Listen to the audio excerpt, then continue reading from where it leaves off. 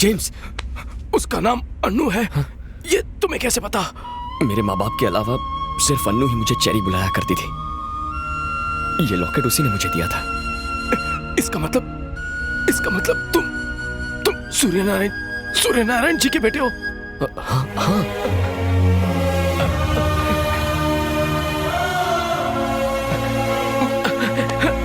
ओह God, एक minute.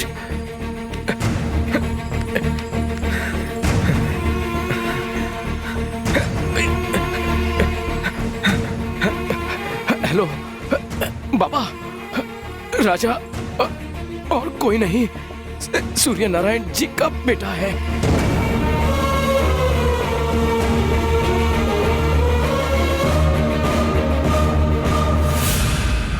चलो hospital चलते हैं।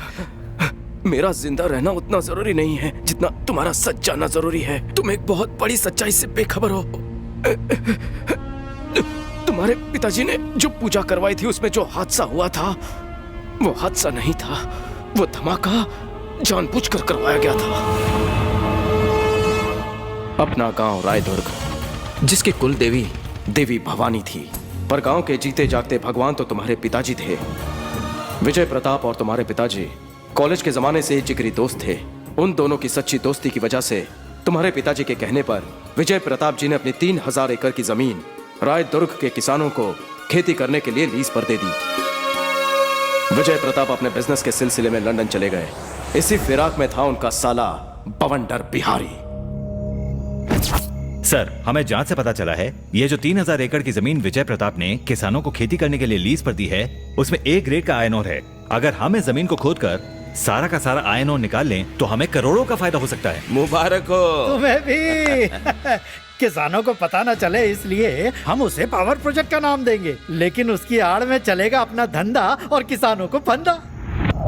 उन्होंने किसानों को मजदूरी छोड़कर अमीर बनने के सपने दिखाना शुरू कर दिया और लोगों को गोनी भरकर पैसे देने का वादा किया।